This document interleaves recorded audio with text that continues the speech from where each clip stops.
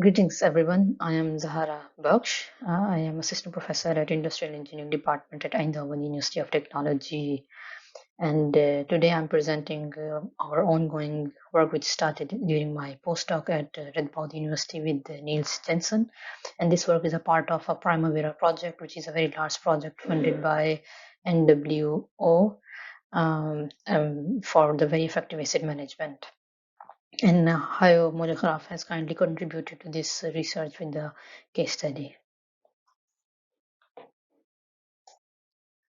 So as we know that reliable water distribution systems are very important for functioning societies, and there are different maintenance strategies to keep them running.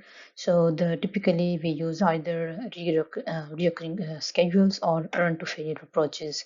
And the idea in reoccurring schedules is that we have some planned a timetable to do the maintenance, while in run to failure approach the idea is to just do the maintenance when something breaks down. However, both of these approaches have their own drawbacks. So the problem with these planned schedules is that we end up doing maintenance far before it is actually needed, which results in a loss of a functional useful lifetime of an asset. In sense of a corrective solutions, they are very expensive because when something breaks down, resources has to be arranged on the fly, and it also have a substantial impact on the surroundings. And in sense of it can have impact on the traffic and also on the users.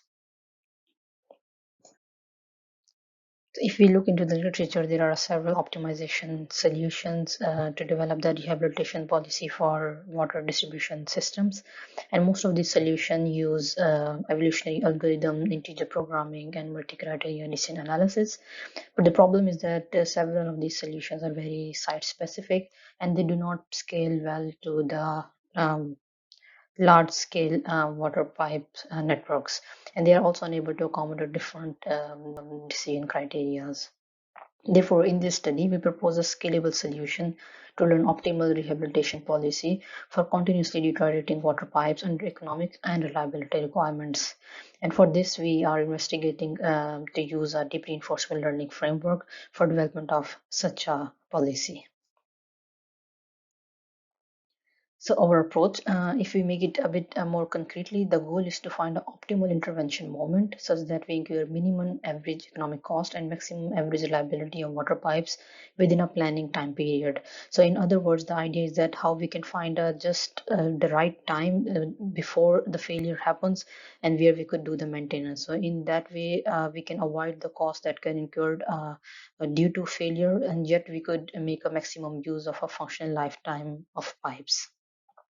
And we model our rehabilitation planning problem using a finite Markov decision processes within DRL framework. So in overall setting, the one thing is that we have to model our water distribution system in a custom environment. So we could use the DRL framework. And in the following slides, I will be explaining how we did that.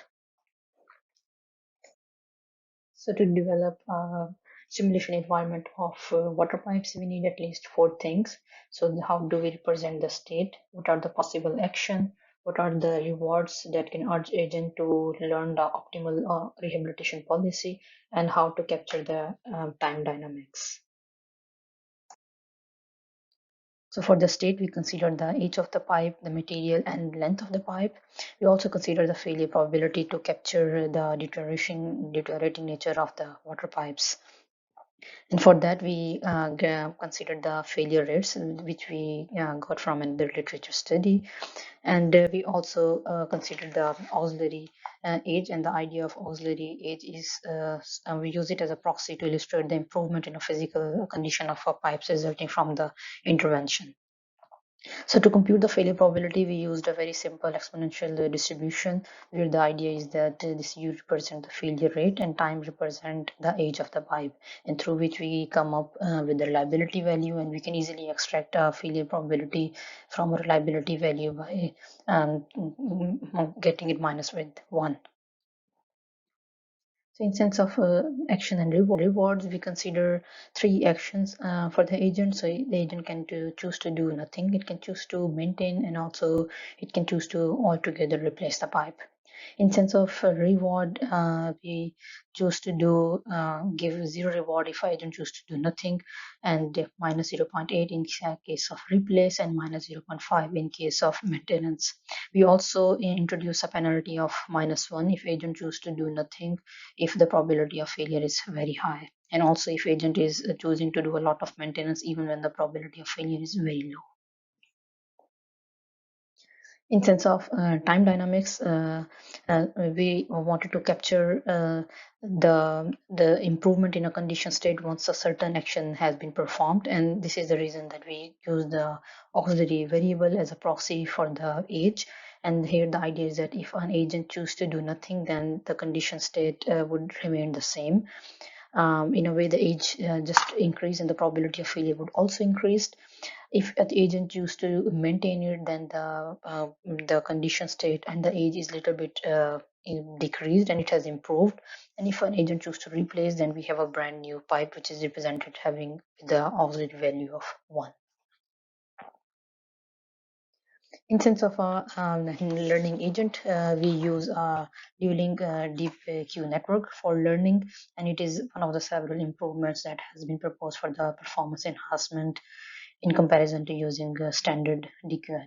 So the main idea is to replace the single stream Q network into two streams of state value and advantage function, and the value function estimates the value of being in a certain state, whereas the advantage function mainly informs the agent about the usefulness of a chosen action compared to the other action that could have been taken.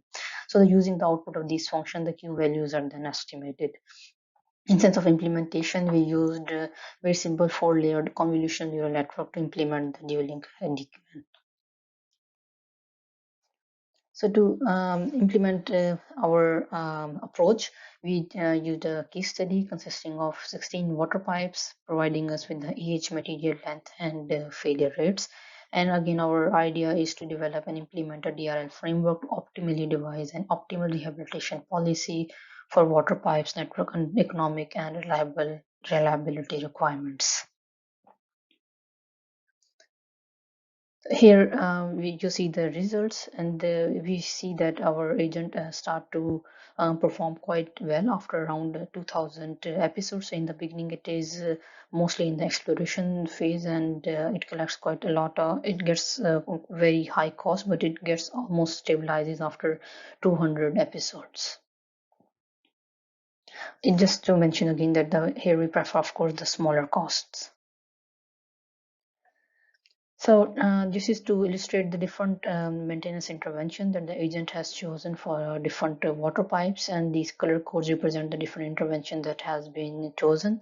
So it is important to see here is that these in the beginning the agent choose to do the replacement because the state of the pipes are not good, but as the time passes by, in a lifetime of 100 years, the agent choose to do the maintenance much more often as compared to doing the replacement.